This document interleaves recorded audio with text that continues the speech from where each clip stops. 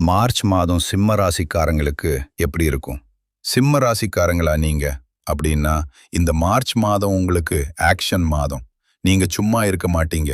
ஏதாவது செய்யணும், முன்னேறணும் என்ற எண்ணம் அதிகமா இருக்கும். வேலை விஷயத்துல பார்த்தா இந்த மாதம் உங்க பர்ஃபார்மன்ஸ் முக்கியம். நீங்க கொஞ்சம் போல்டா முடிவு எடுக்கலாம். சிலருக்கு ப்ரமோஷன் சான்ஸ் கூட இருக்கலாம். மேலதிகாரிகள் உங்க திறமை கவனிக்க ஆரம்பிப்பாங்க.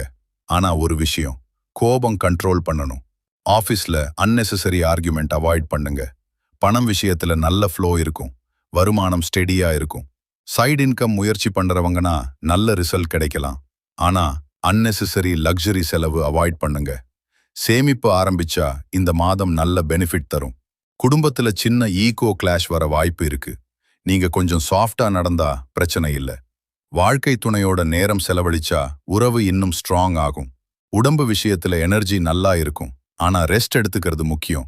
ஓவரா வேலை பண்ணி உடம்ப களைத்துக்காதீங்க. மொத்தத்துல இந்த மார்ச் மாதம் சிம்ம ராசிக்காரங்களுக்கு growth பிளஸ் ரெகக்னிஷன் மாதம்.